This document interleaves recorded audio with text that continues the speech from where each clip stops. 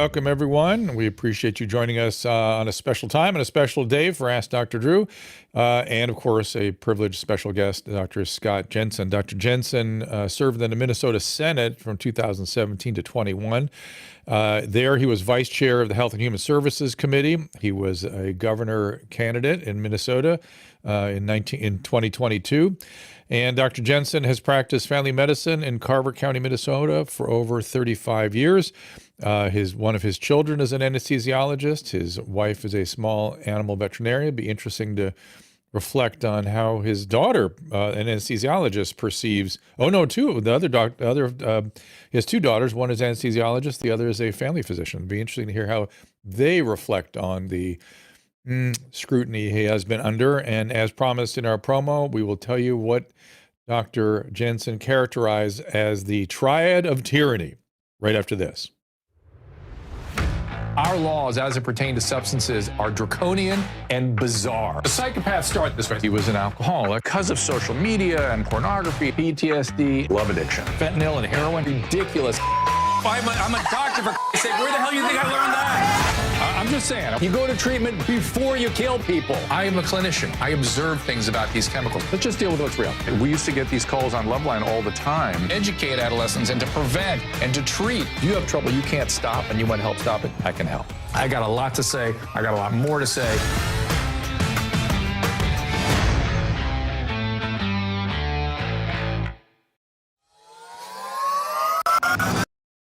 Just interesting to me that in that intro, when I was talking on that HLN program about getting treatment before people are killed, here we are again in Tennessee with the same thing, with people with significant problems not being able to be helped because of the way state laws are structured. You're not allowed. This is what people don't understand. You are not allowed to help people unless they want it. And with psychiatric illness, that can go to a very, very bad place. As I said, Dr. Kelly Victory is here with us today on a special day and a special time, and Dr. Scott Jensen will join us in just a second. As I told you, he served in the Minnesota Senate for 4 years. He was vice chair of the Health and Human Services Committee there, a candidate for governor in the state of Minnesota, and a long-standing practitioner of family practice in Carver County, Minnesota. He raised his 3 children there. The one son had the good sense to get out of the family business of medicine. His daughters, unfortunately, followed in his footsteps. One is a family doctor, and the other is an anesthesiologist. Please welcome Dr. Scott Jensen. Thank you very much, Dr. Drew, for having me on your show. I appreciate it, and I look forward to a robust conversation with you and Dr. Kelly Victory. That's the idea. As I was saying, you couldn't talk your daughters out of medicine, huh? They had to see you going through all this, and they decided that's for me. I got to jump into this nonsense. What's interesting, when our family gets together and we're meeting other people will look at my son and say, "What's wrong with you? You're the attorney." And he'll look at them and say, "Someone needs to keep my sisters out of trouble." and to that point, I'm just, and you and I, if the other side of the table were physicians, we'd look at your son and go, "Oh, thankfully a sane person here." But to that point, do your dog? You, me, and Kelly Victory, we come from similar vintage in terms of when we were trained and how long we practiced. And this whole experience is so flabbergasting to us. I'm wondering if your daughters have any insight or have offered you any counsel on how they see it perhaps differently, or do they see it the same as we do, those of us that were trained in the 80s? That's a great question, Dr. Drew, because quite frankly, my 2 daughters do see things differently. My one daughter practices in a larger medical center where the narrative is a little different.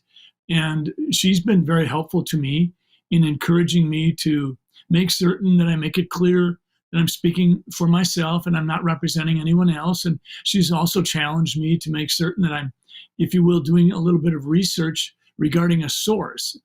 In the past, I generally have not been exposed to a lot of resource material that I thought would have been suspect.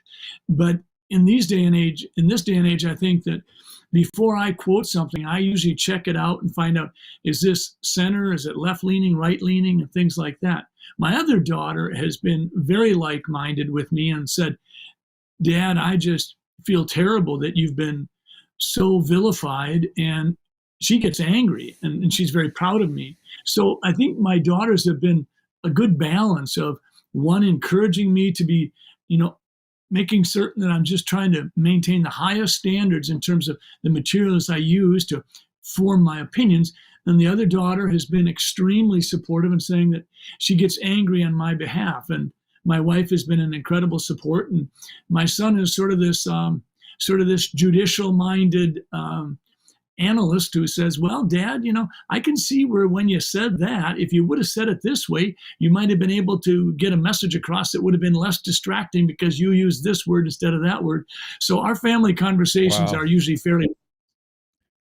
But that kind of guidance is so interesting because neither you nor I were ever, we're used to communicating about medical issues and never contemplated that we have to select our words based on liability. And it's uncanny to me that that's the world we live in.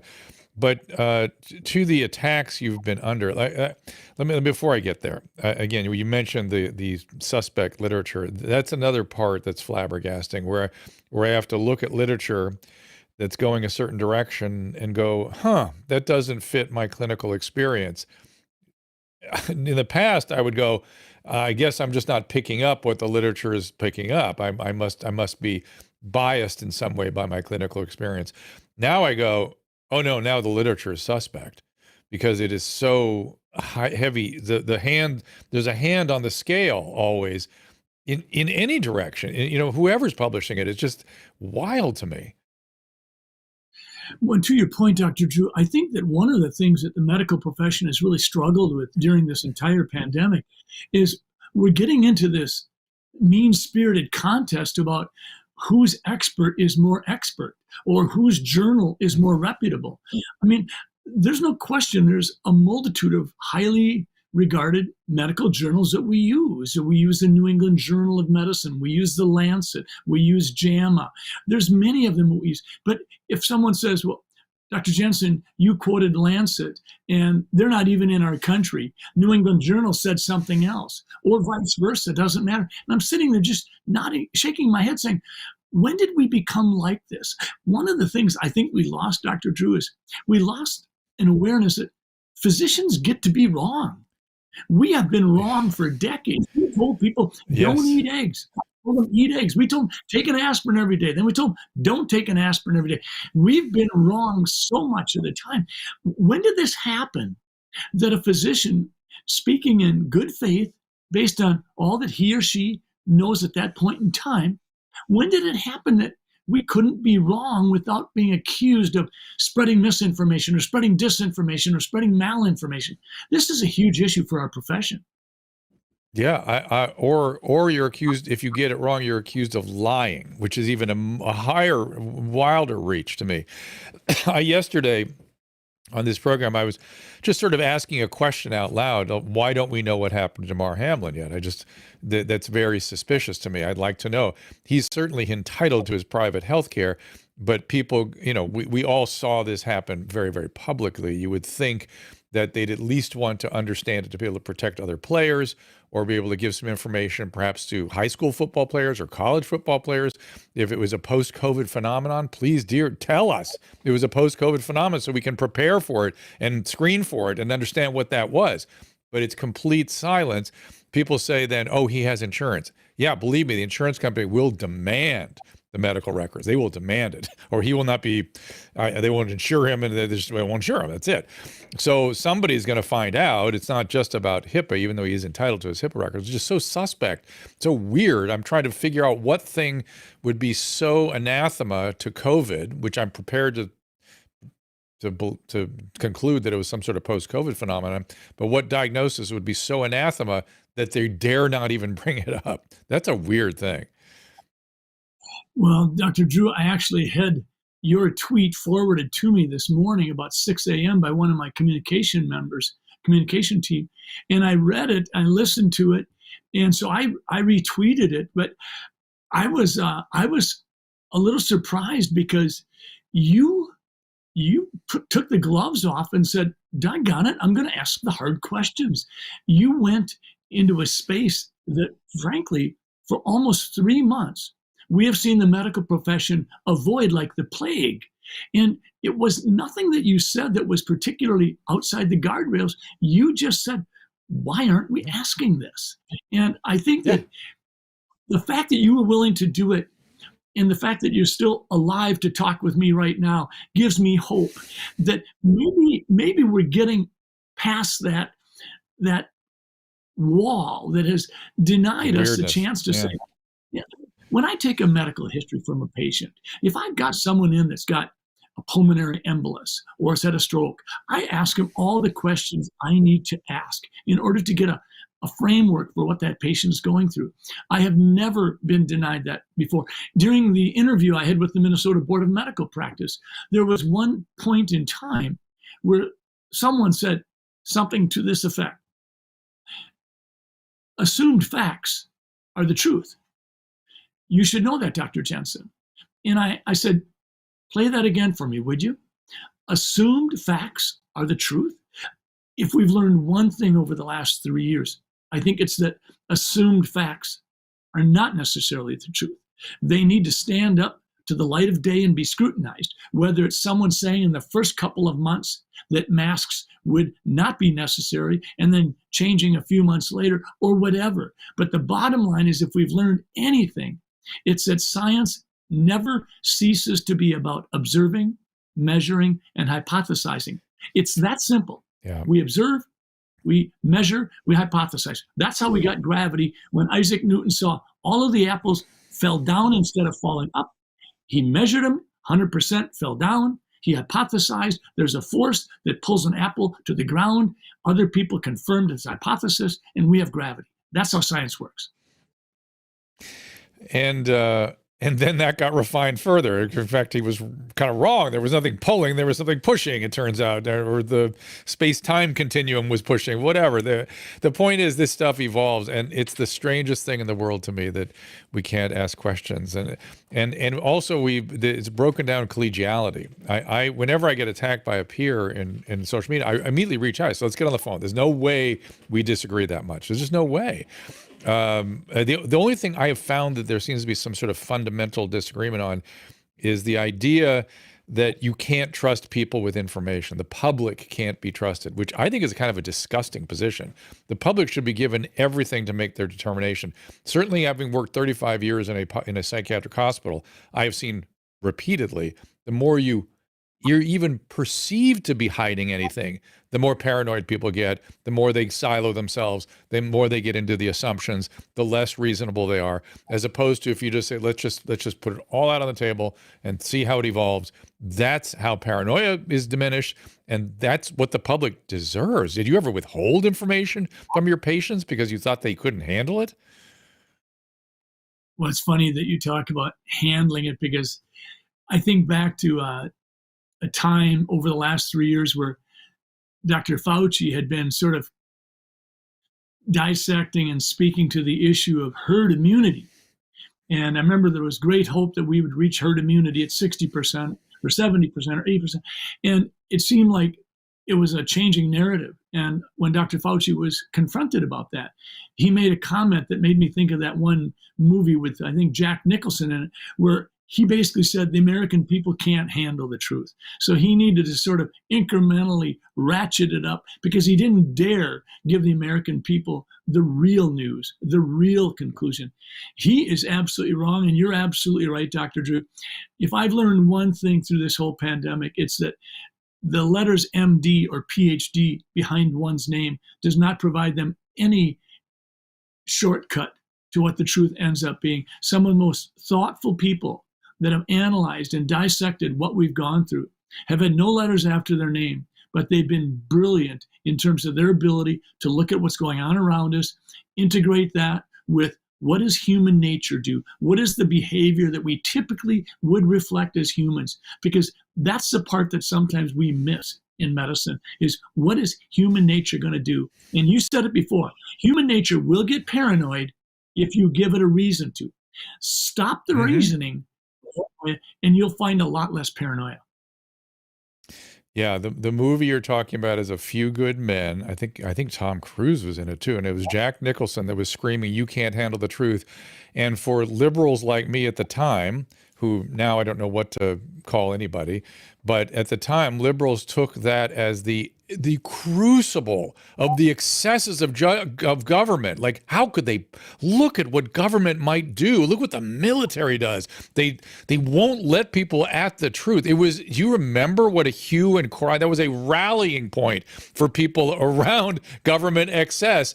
And now the very people who were using that film and that scene in the film as something behind which they stood firmly are the same people using that same logic that Jack Nicholson was showing in the film.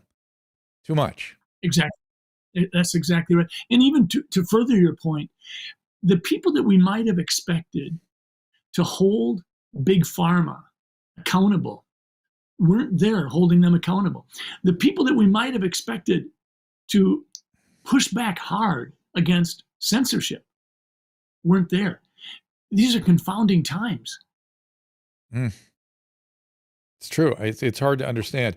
But to that point about hard to understand, we're going to get more into the weeds a bit with what you've had to withstand. I know Kelly wants to get into it. I'm curious. I'll just, before I let you go, I'll just ask my little curiosity question here, which is, well, what was it like? How many citations did you have to present? Did the board help you in any way to guide you? They claim they're here to protect good doctors and, weed out the so-called bad doctors. Or were you just on your own and you just build your case and just overwhelm them with materials?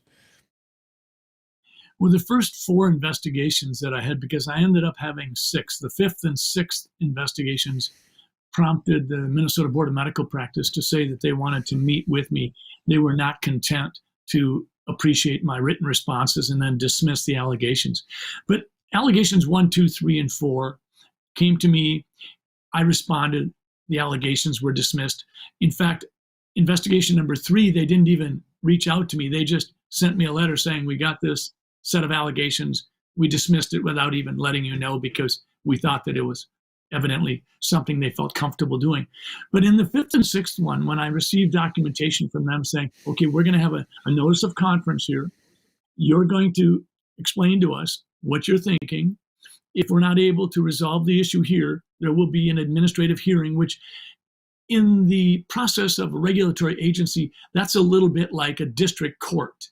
And there was, information that said to me, well, first off, I had asked if we could have it be public, and they said no. And I said, well, can we have it Facebook live stream so people get to see it? And they said no. But they did concede that we could have a face-to-face instead of Zoom. So I had asked for a face-to-face. When I prepared for it, they made it clear that if I chose to plead the Fifth Amendment, that was my right. But that also would weigh into their decision-making as to what to do with me. So I felt like that was a little intimidating. So the 5th and 6th investigation, I could tell that things were changing. I was no longer a governor's candidate. The 5th investigation had been opened up some 16 months earlier. It lied dormant while I was campaigning.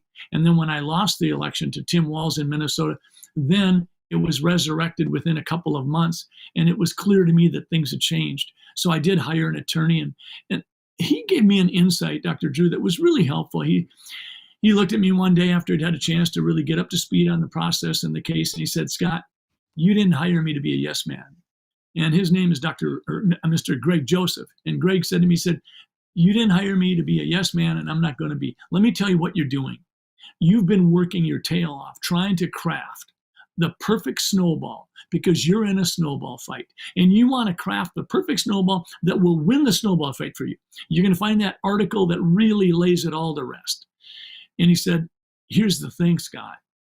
You shouldn't be in a snowball fight. There is no snowball fight. You have the right to exercise First Amendment rights. They have the mission to, if you will, regulate professional conduct as it relates to the practice of medicine and seeing patients. But I had numerous investigations by people who had never been patients of mine. I was not allowed to know who they were.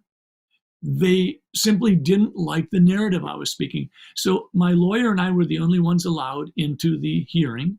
And there were 5 or 6 staff people there, 3 members of the Board of Medical Practice, and then a legal representative from the Attorney General's office. And we had a good conversation for 90 minutes, but I have to tell you, it was fractious at times. There was a point in time where when I was asked what I thought was worse, misinformation or disinformation, I expressed my astonishment and said, excuse me, we've already established that disinformation is a deliberate attempt to mislead based on false or jaded data. Misinformation is simply someone's truth later on being proven to not be truth. I said, I'm astonished that we're having that conversation right now. And I was. So for me, it was an intimidating experience, but I walked in and I had literally probably maybe a foot of articles. I unpacked all my files. I put them in, if you will, categories on the desk. I was ready to answer any question. I was ready with numerous articles, whether you wanted to talk about herd immunity, natural immunity, immunization programs, whatever you wanted to talk about and ask me about, I was prepared to do that. But in the end, I think what really carried the day for us was toward the very end of our conversation, I looked at each one of them and I said, I did nothing wrong. And I said, I have never engaged in disinformation. And I think those words sort of settled into the room, and we were dismissed in 20 minutes of a recess. And Well, goodness, we've frozen here, coming from his end, I think. Caleb, anything there? You froze for a real second there, Scott. I'll tell you what let's do. Let's take our break so I can bring Kelly Victory in here, and we'll check your internet connection and be right back. okay. I think you know how much Susan and I love our Genucel skincare and how easy it is to try our one-of-a-kind customer packages bundled with our favorite products. Susan realized the other day that one of our kids stole some of our deep correcting serum from our stash, if you will. We had no idea that the lactic and hyaluronic acid combo is so great for adult acne, dark marks, and scars. So not only are Susan and I hooked on these products, but apparently somebody else in our family is too. Somebody's ripping it off. I know I'm a snob about the products I use on my face. Everybody knows it. Every time I go to the dermatologist's office, they're just rows and rows of different creams. Retinols, vitamin C cream, under eye cream, night creams. Scrubs. And then when I get to the counter, they're overpriced. All kinds of products that you can all find at Genucel.com. I've fallen in love with this product at a fraction of the price. I've been using Genucel for 6 months now, and I'm very impressed. Great skincare is important at any age, and we love how amazing the results are. Thank you to Genucel. Plus, now you can find your very own bundle based on your unique skincare needs. Using cutting-edge AI skincare technology, you can get a full skin analysis instantly and create a skincare regimen tailored towards your needs. Visit Genucel.com/Drew to check out our favorites and enter that promo code DREW, D-R-E-W, at checkout for added savings. All orders include free shipping and a free mineral mask. Order now. Go to Genucel.com/Drew. That is Genucel, Genucel, Genucel.com/Drew. Buy gold and get a free safe to store it in. You heard right. On qualifying purchases from Birch Gold Group now through March 31st, they will ship you a free safe directly to your door. Here's the deal. The Fed keeps raising rates because it is the only tool they have to keep inflation under control. But it isn't working. You can't spend your way out of inflation. You've seen the impact on the stock market. You've seen the impact on your savings. Hedge inflation by owning gold, whether physical gold and silver in your safe or through an IRA in precious metals where you can hold real gold and silver in tax-sheltered retirement accounts. Birch Gold has an A+ rating with the Better Business Bureau and thousands of satisfied customers. Visit birchgold.com/Drew for your free info kit on gold and to claim eligibility for your free home safe by March 31st on qualifying purchases. Again, visit birchgold.com/DREW. Some platforms have banned the discussion of controversial topics. If this episode ends here, the rest of the show is available at drdrew.tv. There's nothing in medicine that doesn't boil down to a risk-benefit calculation. It is the mandate of public health to consider the impact of any particular mitigation scheme on the entire population. This is uncharted territory, Drew. I give you Dr. Scott Jensen.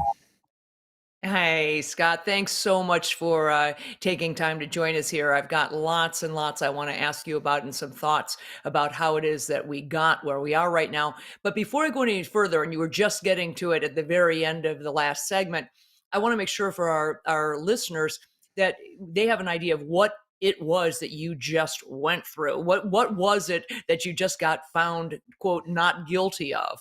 You were intimating various claims against your medical license, but just talk, briefly, take a minute to talk about what happened, when it started, and what you were facing if you had a different outcome.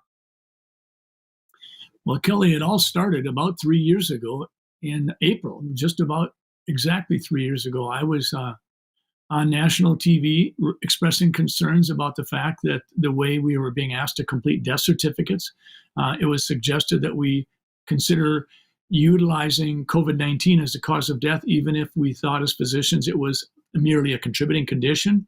That's not the way we do death certificates. And I thought that as a sitting senator, I might get some sort of outreach from the Department of Health, and that did not happen. Instead, for the first time in my career, 2 months later, I was being investigated by the Board of Medical Practice.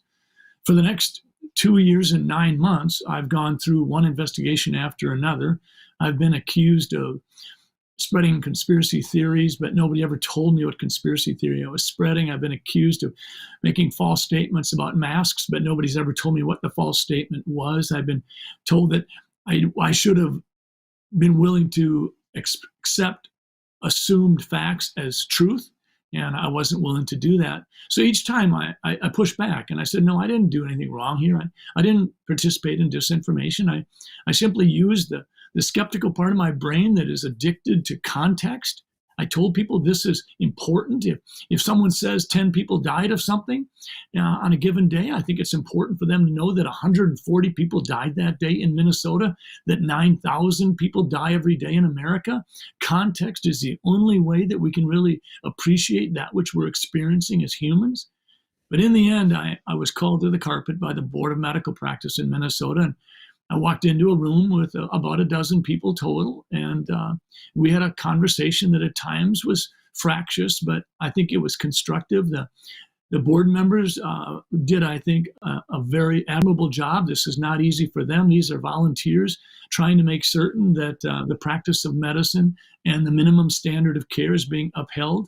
So we did have a frank conversation, and in the end, I did look the board straight in the eye and said, I did nothing wrong. And I did not ever engage in disinformation, the deliberate transmission or dissemination of false information to mislead people.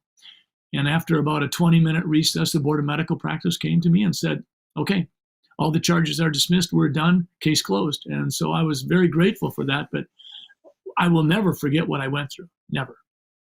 No, and you and I got to know each other dating back to April of 2020 when this all started. I went through much of the same, had 7 different claims against my medical licenses in Colorado and in North Carolina and Ohio, all, again, much like you, relating to things having nothing to do with patient care, all to do with things that I had said, either on media or social media or in a public forum, regarding my concerns about the pandemic. So suffice to say, and we are not the only two sitting here who are still getting drugged through the mud on these things. I think it's interesting because, going back to when this all started, what I call sort of the weaponization of medicine against practitioners goes back, I think, to the establishment of what we call clinical practice guidelines, CPGs. Which, none of the three of us grew up with those, meaning, Drew, you and I did not train when there were these clinical 100%. practice guidelines, Yep. and though they were intended when they came initially, you may. When they came in, I was astonished. They were originally called clinical pathways. They were suggested pathways, and then they became "Thus saith the Lord" mandates. Well, right. So what happened is that's what I was getting at is that clinical practice guidelines were intended to decrease variation in treatment and to improve patient care, Yep. specifically Yep. for hospitalists who are fundamentally shift workers and for people like nurse practitioners and nurses and physicians assistants. But they were quickly co-opted. Those clinical practice guidelines became all of a sudden, they were misrepresented to be, quote, the standard of care. And that somehow they could be then weaponized against physicians with whom a hospital or a medical board or any other group of people, patients, could use them against a physician to claim that he or she had breached the standard of care and was fundamentally malpracticing.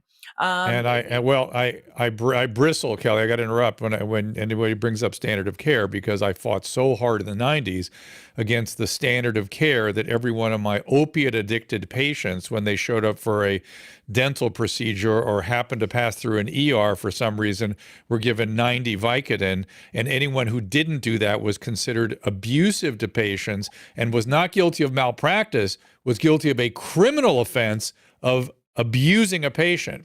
And that was the standard of care that killed God knows how many people. So whenever somebody brings up the standard, I just bristle my body reacts to it. That's what people have to watch out for. And by the way, when I started working in the psychiatric hospital, the standard of care had just ended, where psychosurgery was a Nobel Prize winning intervention and had just concluded its run of lobotomies and left behind debris in its wake. So that's really what I wanted to ask Scott was I wanted to ask how did that play in to your experience, Scott? I think that's a terrific insight that you're raising, Kelly, because what this really tells America is this isn't just about a few hundred or a few thousand doctors being investigated. This is about what's happened to patients. If patients feel abandoned or betrayed, I remember very well these clinical pathways. And the clinical pathway, if it didn't get objected to, if it didn't get pushed back against, then quickly they would rename it and call it best practices.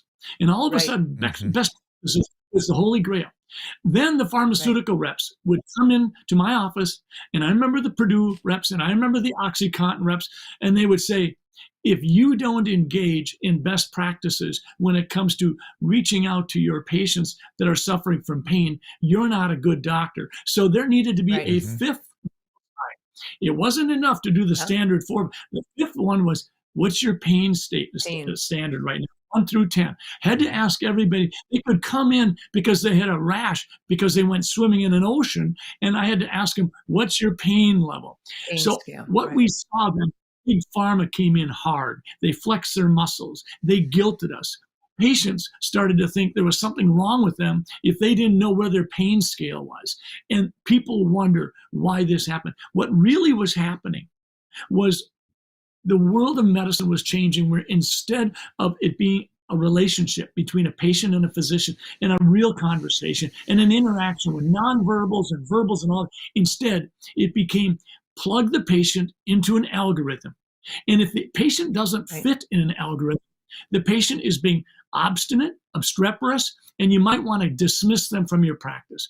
Patients were feeling that. And I'm sure that Dr. Drew, you saw it, where if they didn't fit neatly into some cubbyhole, they were sort of by the doctor, they said, what the devil's wrong with you? I'm trying to get you plugged into an algorithm and you don't seem to be giving me the right answers. This was the beginning of the all of medicine. Exactly. And so the way I explain it to people who are non-clinicians is it started with this, quote, clinical practice guideline. It was a guideline. When nobody objects to the guideline, as you said rightly, Scott, then it becomes codified as, quote, standard of care. So you're establishing, quote, standard of care that is based on fundamentally consensus. Well, consensus does not substitute for actual science and actual evidence. You can't establish that the world is round by just voting on it, by saying, okay, we all agree. You have to actually have the data. And so what happens with standard of care is that it removes the physician from being able to use his or her own clinical judgment, his or her own ability to tailor the treatment to the patient.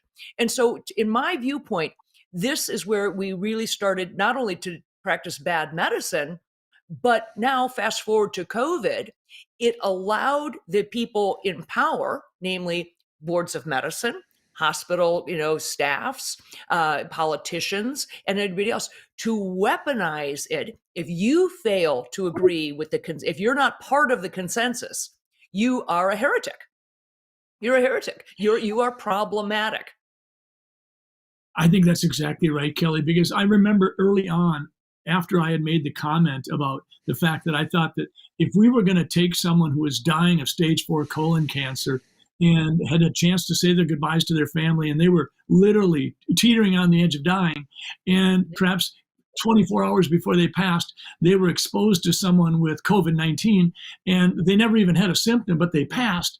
In certain situations, we were being told you could surmise or reasonably go ahead and conjecture that a contributing condition was COVID, so go ahead and put that down as a cause of death. I said, if you do that, you're going to have one less colon cancer death, and you're going to have one more COVID death, but you're going to have corrupted the value of that data. When we did that, we were on a slippery slope, and we were being told, get in line. And this is one of the things that happened with this Board of Medical Practice investigation. I mean, I was told, don't you think you could have kept your mouth shut a little bit? Because people were trying hard, and this was uncharted territory. And I said, it's for that very reason that morally and ethically I had to stand up. Because if you go back to the days of OxyContin release and that, one of the things that happened was the assumed fact, if that's going to be truth, the assumed fact was you're not a good doctor unless you give this patient 90 tablets of Vicodin because they're having pain. If you pushed back and said, listen, whether we give you the Vicodin, Tylenol, ibuprofen, Aleve, doesn't matter, you're going to have some pain. And we think that you have to literally push back through it a little bit because we can't be eliminating pain. That's not what the world of medicine is. That was that slippery slope that, like you said, Kelly, in the moment of the pandemic, it was used against us. And when you had big pharma declaring the rules, you had big tech standing up for them, and you had big government being the hammer to come down. These regulatory agencies, they had a heyday, and an awful lot of the people on the regulatory agencies had no idea that they were indeed being weaponized. No, and it was my conversation with you early in 2020 when we were talking about the death certificate fiasco and the fraud that we were all being asked to perpetrate with regard to filling out the death certificates. That's when I launched what I have to this day on my social media profiles, which is the virus is real, the statistics are not. And I said it from the very beginning. Little did I know how much else was going to go off the rails with this debacle, everything from masks and lockdowns and the fallacy of social distancing and then God only knows the vaccines. But so suffice to say at this point, I'm sorry, go ahead. Well, I was going to say to your point, Kelly, and when we saw Dr. Walensky, and we saw Dr. Fauci, and we saw department heads of public health departments in various states come out and acknowledge that people that had been identified as a COVID-19 diagnosis in the hospital or as a COVID-19 death on a death certificate, frequently in situations, they acknowledged it fully, that it hadn't been that way, that in fact, these were people that had a different cause of death or a different diagnosis or a different reason for being in the hospital. They came out and confessed it. And what happened then? Crickets. Right. Exactly. And when I would say things like I was banned multiple times for saying the truth, which is that based on the CARES Act, that hospitals gained millions of dollars overall, more than $10,000 for any admission for a patient whose chief diagnosis was COVID, and $37,000 to $40,000 per patient that they could claim died of COVID. So they were darn motivated to have people like you, Scott, writing COVID on the diagnosis line on those death certificates because it meant hard, cold cash in their coffers. and they're still doing it today. Medicare today reimburses 20% more for any COVID patient who gets remdesivir in the hospital. Is that not a conflict of interest beyond all? I mean, this is insanity, and Americans need to understand that this is how we are now practicing medicine. And I think what's really incumbent on us, Kelly, is that we don't need to be mean-spirited, but we do need to be that skeptical, contextually oriented practitioner of taking care of people that we've been trained to be. And what that means is we do need to hold audits. We do need to hold people accountable, because if we don't do those things, when the next pandemic or epidemic hits, we will have lost the potential value of lessons that could have been learned. One of my biggest beefs about what happened from 2020 to 2023 was it was as if medicine and science had been sitting on their hands from 2002 when SARS won to 2020. Right. There was a lot of research being done. From 2002 to 2020, you don't remember, nor do I, because they don't exist, any terrific studies that came out and said, listen, what we've learned is with these coronaviruses, it's critically important that we all wear cotton masks, even if they're below our nose. That's what we need. There were no studies that said that. What the studies did show was, listen, the pore size is this, the particle size is this. You might be able to mitigate some amount through filtration, but in order to really stop it, you're not going to be able to pledge to people, do this and you won't get sick. Right. This is what happened from 2020 to 2002, 18 years of thoughtful science was literally thrown out the window because a new narrative had been created, risen up to rule the day.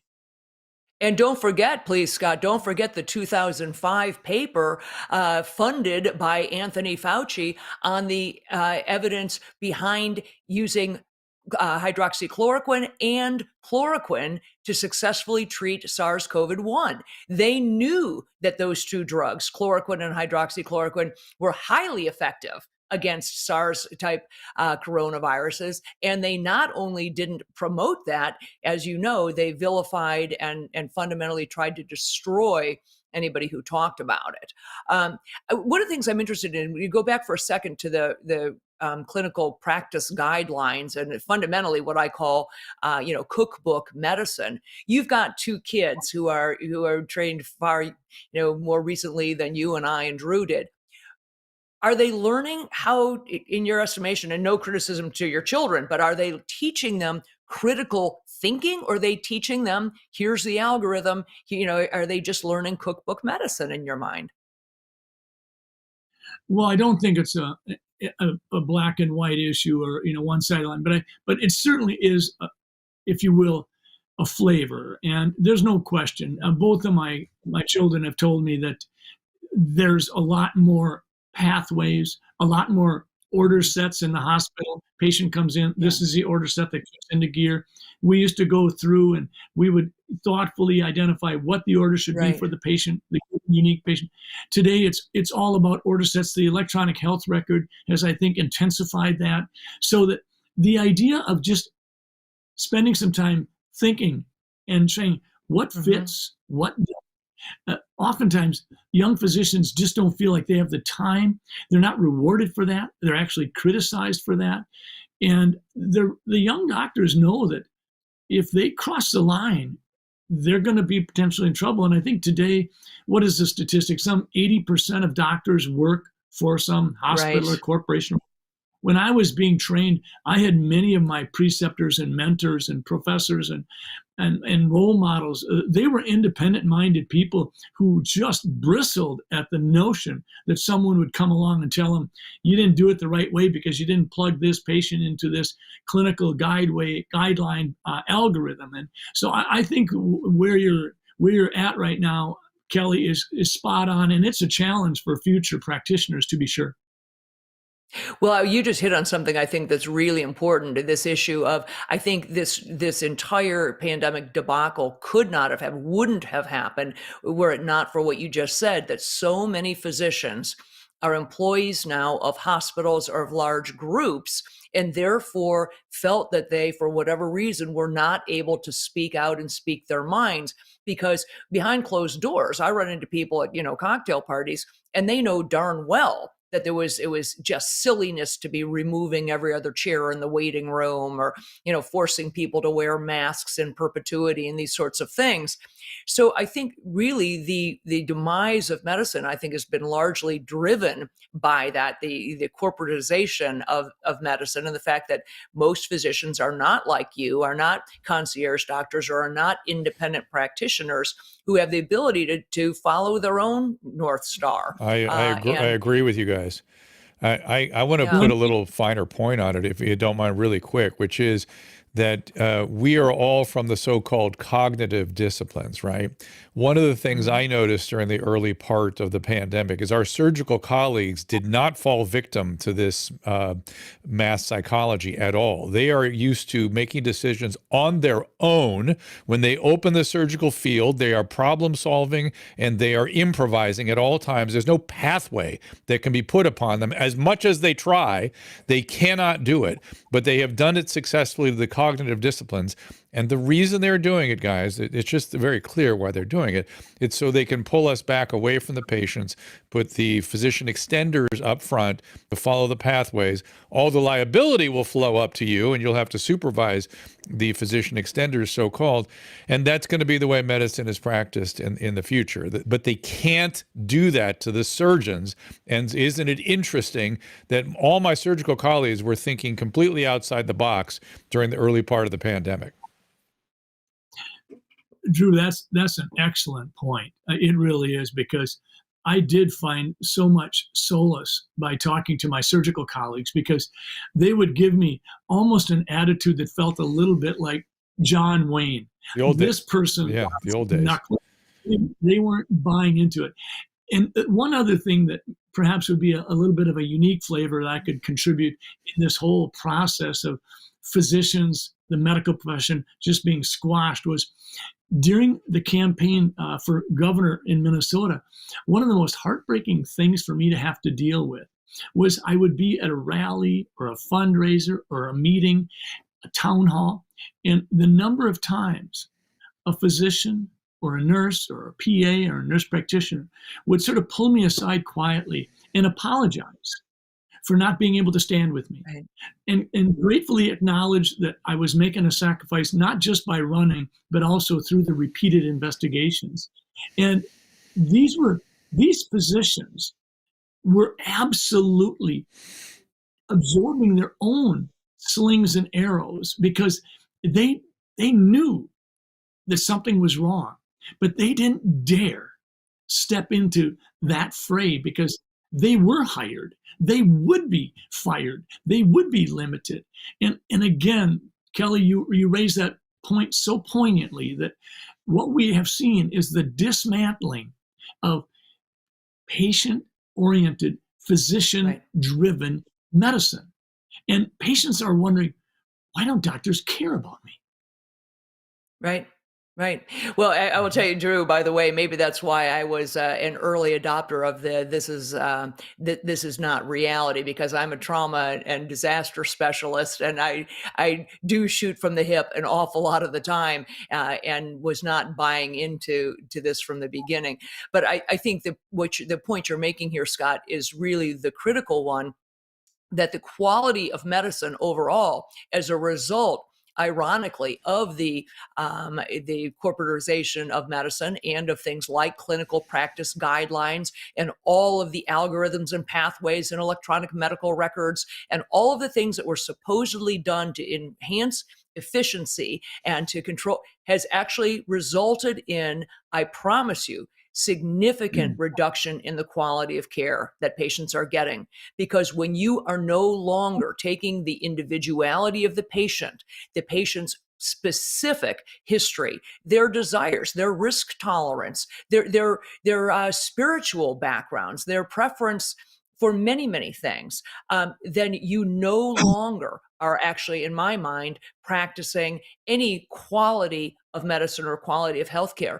Frankly, I'm very glad that I'm the age that I am, because I couldn't do this going forward. If I were 30 years old and looking at a 30 plus year career going forward with this level of medicine, I couldn't do it, because it's not what I signed up for. It's not how I perceived myself as a physician, how I perceived myself as somebody who is a thoughtful caretaker at all. It's really, really changed.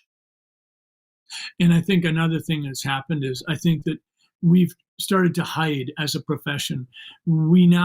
Doctors don't want to acknowledge that they prescribe off-label. One of the Right. challenges that was thrown our way was they said, well, you prescribed something off-label. And I said, I do that probably 20, 25% of the time. Typical pediatrician, according to the American Medical Association, more than 50% of many pediatricians' prescriptions are off-label. I'm not going to apologize for that. That's a reality.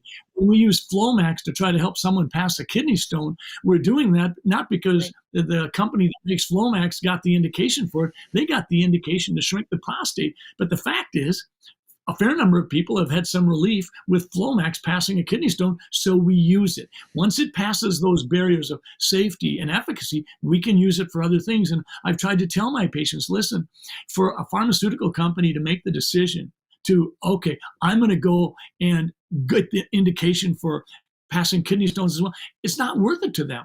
They've already got it being used.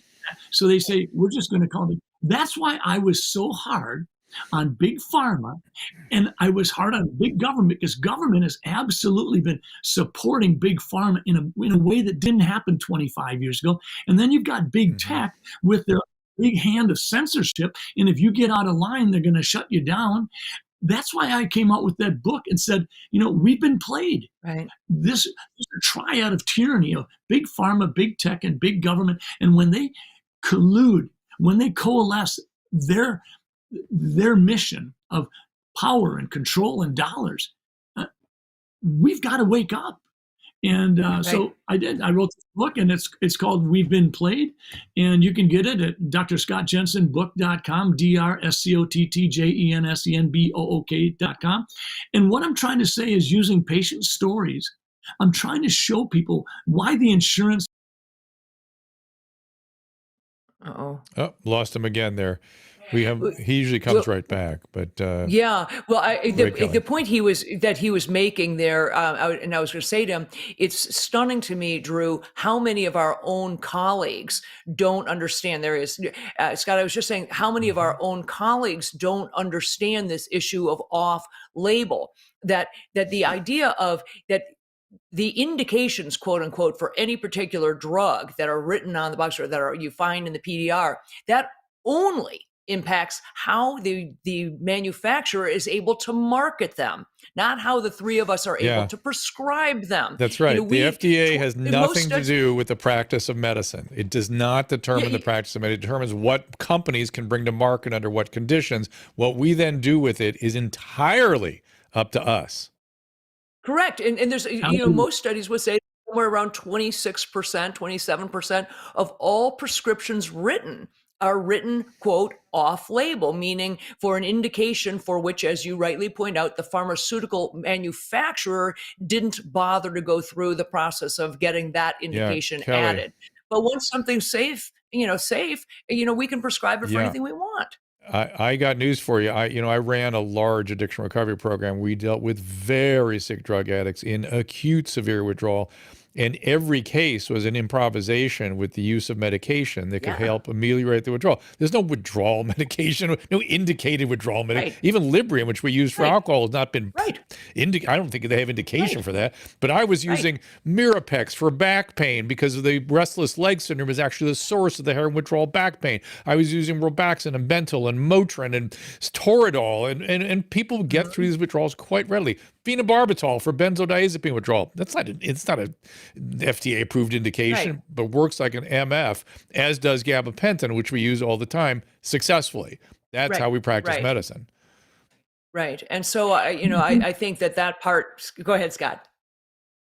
Well, I think patients are clamoring for physicians who are saying, listen, I'm not buying what they're selling. I am not going to take care of medicine, take care of patients where the holy grail is the electronic health record and I've got to go through this algorithm. I'm going to listen to you. I'm going to connect as two humans, a healer and someone in need of healing. And I'm going to do it that way. And if I can't do it that way, then so many in our generation of physicians are saying, then we're getting out. And that's one of the reasons why I think I ended up being sort of, if you will, put in the crosshairs, is people thought they could shut me up. I was a political individual. I was a family physician. I was highly visible. And I think people thought, well, we're just going to hammer on that guy till he shuts up. And the problem for them was they picked the wrong guy. I'm 68. I'm not young. I could step away tomorrow. I don't want to because I love what I do. But I'll be darned if I'm going to let people try to politically pressure me or vilify me and make me walk away. I'm not giving up. And I think they're learning that. Well, I was going to ask you that exact question. What role do you think your political position, your background in your politics in the state of Minnesota played into you being a lightning rod for these attacks?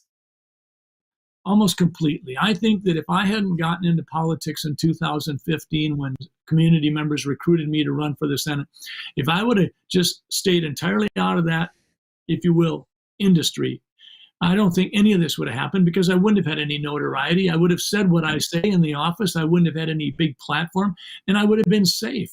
But I ended up being put on a pathway. I have so often thought of the Old Testament hero Jonah, where Jonah was given some pretty tough duty in Nineveh. And he said, no thanks, I'm heading over to the Mediterranean, I'm taking a cruise. And this whale got in the way. Well, if someone had told me at the front end 8 years ago that my life was going to look like it looks like now, I think I would have run to the Mediterranean and said, no thanks. But this whale sucked me up, spit me out. I had no idea what I was getting into, but here I am. Well, God love you for that. And that was really, you must be prescient, because I was going to ask you about, you are a man of faith, as I know, and how much that has played into your ability to sort of not only withstand this, what you've gone through, but also how much it impacts the way that you practice medicine. We've been more recently, in these more recent years, been led to believe that we shouldn't allow that component of ourselves and of our backgrounds play, that there's no role for that in the practice of medicine. It certainly doesn't fit into an algorithm. But I think for you, knowing as I do, that has been something that's played into your practice. One of the things that I probably am known for is I ask questions, and sometimes they're the dumbest question in the world. In fact, I was elected president of the dental class before I went into medicine. I was in dental school, and I asked this question: where in relationship to the third molars do the wisdom teeth lie? And the anatomy professor looked at me and says, young man, the third molars are the wisdom teeth. And the whole class laughed, and 3 days later they elected me president. So I've always been willing to ask the question. I don't care how dumb it is. But one of the most powerful questions in the Old Testament is when Mordecai in Esther 4:14 sent a message saying, have you considered you're in the position you're in for such a time as this? And I think there are warriors like you, Kelly, like you, Dr. Drew, across the entire planet that have had to face that fact, that they're probably in the position they're in for such a time as this. This isn't something they chose, but it's right in front of them. And they're fighting desperately. They are warriors in a battle that has gotten far bigger than simply a COVID-19 virus. We're now literally asking, as physicians, where is that line between what a regulatory agency can hold me accountable for in regards to conduct and the practice of medicine, and on the other side of the line, free speech, so that I can speak, share my opinion, and I do have the privilege that I can be wrong. It's okay. I've been wrong plenty. Right now, we're grappling with where is that line? Who gets to determine it? The regulatory agency, the legislatures, or is it going to be the courts? But someone has to make it very clear that as physicians, we get to speak to that which we think. And as long as it isn't our professional conduct in taking care of patients, it's okay for us to be wrong. we do not lose our First Amendment rights.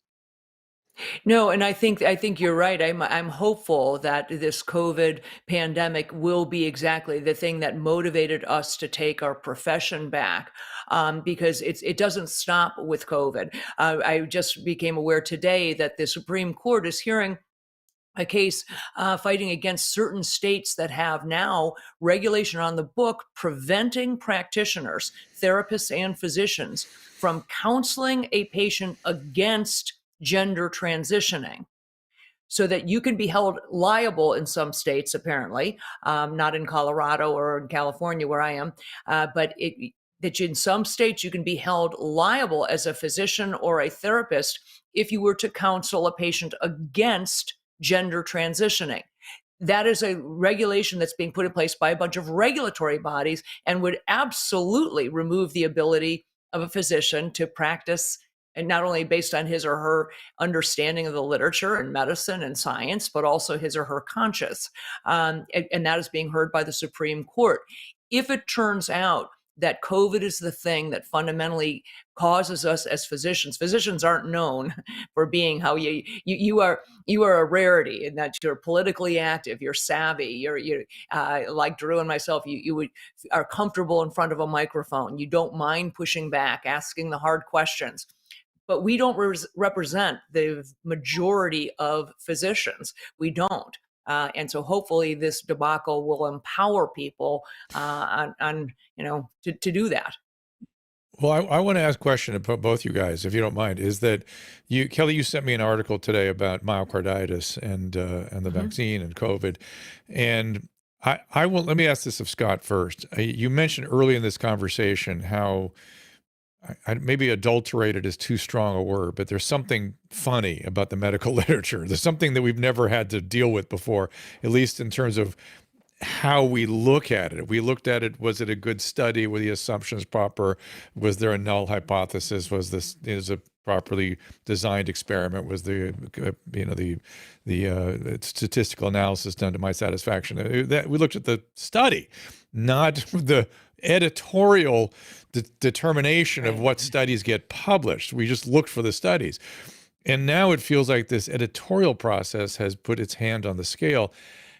I'm getting very confused. I see, data that goes way in one direction that doesn't fit my clinical experience. And I see data that goes way another direction that is like, that doesn't seem quite right either. How do you approach the medical literature these days, Scott?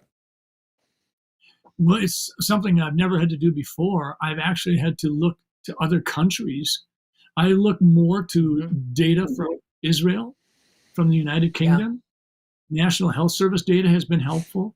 I oftentimes look at reversals of first world countries. If I see a country like Denmark and they're moving along this direction, and then all of a sudden they go the other direction, that really jumps out at me. So I literally have had to say, I don't know that I can rely on the CDC and the FDA. To that point, I would just remind the viewing audience, the editor of the New England Journal of Medicine for years, who has since retired in that position, he said something to the effect that he thought that scientific and medical research has changed dramatically, and the way that we're able to get access to and digest cutting edge medical science has been bastardized. And I don't think he used that word, but it's been corrupted. And he was very concerned about it. And that always makes me hearken back to when Dwight Eisenhower was leaving after 8 years as president in 1961. He said, there may come a day where our public policy is, if you will, driven and shaped by the scientific and technological elite. I think we're seeing it right in front of us. We're losing our grip, and we're seeing people who lead the New England Journal of Medicine saying, we got a problem. We're seeing a president who leaves and says farewell to the nation and says, this may be coming. We literally are living it. Yeah. I agree, and as you know, Drew, we talk about the veracity of the science, quote unquote, as published in journals that we used to all trust. I've become far, far more circumspect, far more skeptical. And I said, if somebody died and made me queen, I would put make the conflicts of interest appear above the title of the article or of the study. It would be the very first thing you saw, not the very last thing before the references at the end of the study, because it would help me determine if I even wanted to read the darn study, because they are so full, they're so fraught with conflicts. And I think, because we cannot disentangle at this point big pharma from our research journals. Same thing with the mainstream media. All you have to do is watch any particular segment on most mainstream media and follow them. This segment brought to you by Pfizer. Well, what do you think they're going to say about the vaccines when that's the case? What do you think? Under oath. We just had the CEO of Moderna, Stefan, Borcel was asked, or Borla, excuse me, was asked, do you think giving a $400 million payment to the NIH might impact, how they opine about, your vaccines? I mean, this is just insanity. We cannot have that kind of conflict of interest, particularly when it's impacted, when these are the people making the healthcare decisions for hundreds of millions of people. And lastly, I've said from the beginning, Scott, I don't know about you, but in my entire 30 plus years practice of medicine, not once did I ever call the CDC for advice. Oh. Not once did I ever call the FDA. I called a lot of my colleagues. I'd sideline a lot of people from different disciplines in the hallway and ask their opinion, ask them to take a look at something or ask for their experience. But never once did I call the CDC. They were intended to be, really give guidance to the public, not direct and be the purveyors of truth when it came to how we practiced medicine. I get a lot of young medical students and residents asking me, what's the formula? What's the recipe? What should they do to be a good physician? And I've said numerous times, you need to remember that you've been raised in an educational model that leans heavily towards skepticism. You're not supposed to buy in right away. You've got to think it through, and you've got to understand that theory of relativity on your own. You've got to make your way with it. You've got to be skeptical. Next, you have to remember the context. If I tell a patient that if they go on this heavy duty, lots of side effects, chemotherapy, I can get them 33% more lifetime left, I need to tell them that right now we're looking at 6 months. So what I'm really telling them is, I'll give you 8 months, but it'll be a living hell. That's context. Right. And I think we need to recognize that as physicians, we have access to information and the ability to absorb it and integrate it into what we do. And patients count on us to have that access. And I think we need to be respectful, and we generally have been. But when we did grand rounds in medical school, this wasn't a kumbaya moment where we sat around holding hands. This was tenacious. This was where we said, no, the diagnosis is this, and this is what we need to do. And the next person would say this. But at the end of the day, I tell young residents and physicians, we have been entrusted with a great blessing. We get invited into the sacrosanct world of our patients, and we best live up to their expectations. And we haven't been doing that. No, I think you're right. And that really the way this particular show came to be is specifically, Scott, to bring back what Drew and I saw had been expunged during the pandemic, which was robust, vigorous debate amongst clinicians. I don't care if people want to disagree with me, argue with me, tell me why I've misinterpreted the data, didn't understand the true risk, really, came to the wrong conclusion in a study.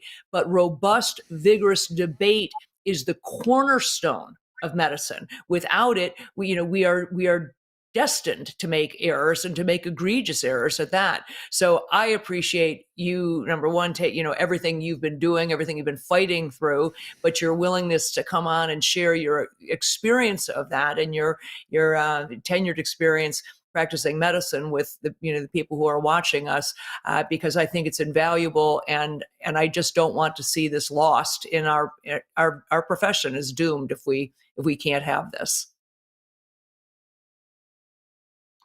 Well, thank you very much for having me on, Dr. Drew. thank you for being that voice of skepticism. I have to tell you, when I saw you asking the hard questions about what happened to Damar Hamlin yesterday, I thought, why have there been so few voices willing to ask those hard questions?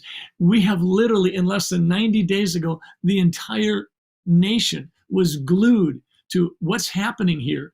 And we all know what questions were allowable and which ones weren't.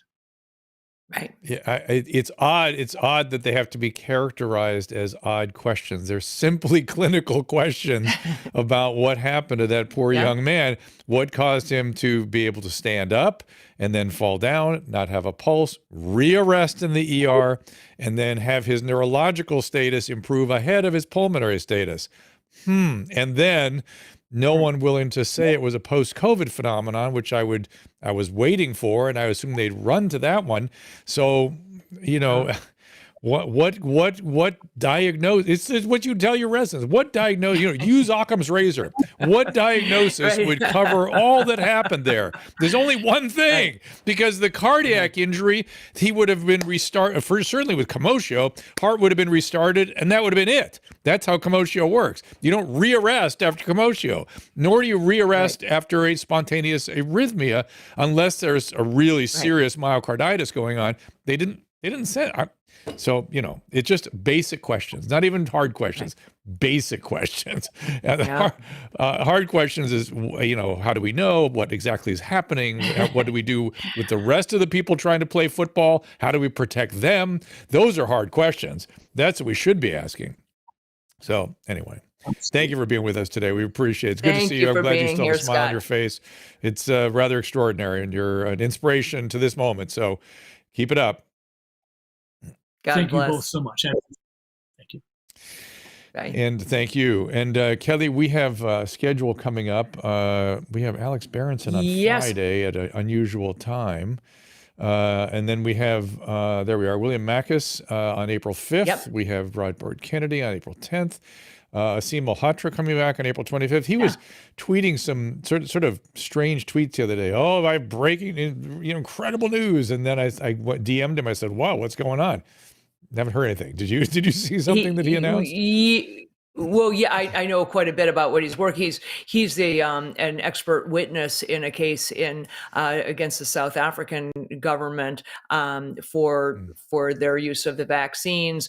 He also was, along with me, making available these FOIA documents from the CDC that indicate very clearly that the CDC was anticipating a massive number of adverse events from these vaccines prior to the vaccines being rolled out. We now know that they were anticipating, so much so that they hired an outside consulting firm to manage all of the adverse events that they were anticipating would be reported. They anticipated, by the way, somewhere in the range of 1,000 adverse events being reported a day, with 40% of them being serious. Turned out that they underestimated by an order of magnitude, and within a matter of months, the adverse events being reported were upwards of 5,000 a day, but they kept that information from the public, and we now have all of that information through these FOIA documents. They're pretty damning. Well, Kelly, as always, thank you. And just in from Emily, the producer, she says that we have Jimmy Dore on April 6th, who's extremely popular. All of our people over on Rumble, they're going to be very happy about that. He's coming up soon. April 6th, Jimmy Dore. Right. Thank you for that. You ask and you shall receive. We also have kind of a fun thing to talk about Rumble. Yes, Rumble very kindly sent us a gift. I didn't know I needed to subject Kelly to all this, but I will. Well, as long as you're she's still part here, of you're the part of it. show. So, she's certainly part of it. She's what brought our numbers up. Thank you.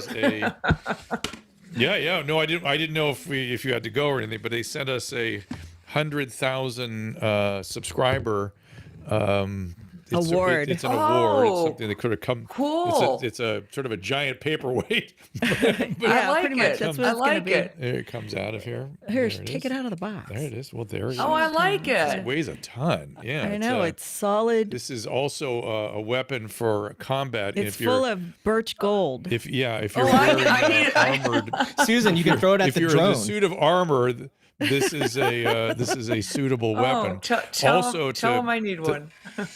I will do. Okay. And we'll our give you friends that at one. YouTube, we got the 100,000. It's a little dusty, but Let's see if I get it so it been doesn't sitting glare. there. There we go. There you go. 100,000.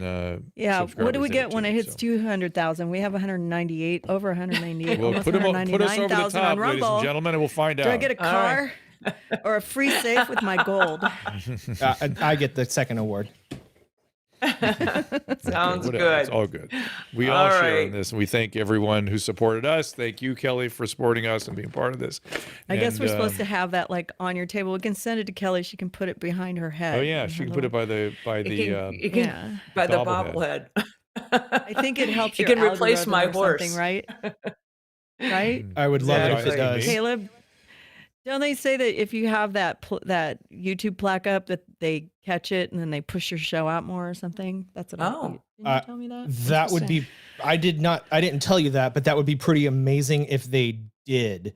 If they had a way of figuring I it know. out. I don't Somebody know if our told me that. I technology don't is know who quite it there was. yet, but yeah. All right, That's Kelly, we'll let funny. you go. And That's why we All haven't right. done it yet. thank you so much Sounds as good. always. Talk to you soon.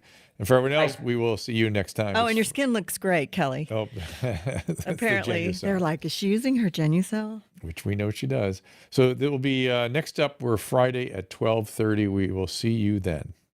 Ta-ta. Oh, I'm sorry, 2:30. Ask Dr. Drew is produced by Caleb Nation and Susan Pinsky. As a reminder, the discussions here are not a substitute for medical care, diagnosis, or treatment. This show is intended for educational and informational purposes only.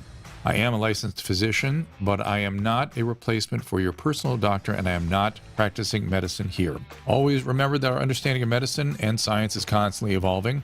Though my opinion is based on the information that is available to me today, some of the contents of this show could be outdated in the future. Be sure to check with trusted resources in case any of the information has been updated since this was published.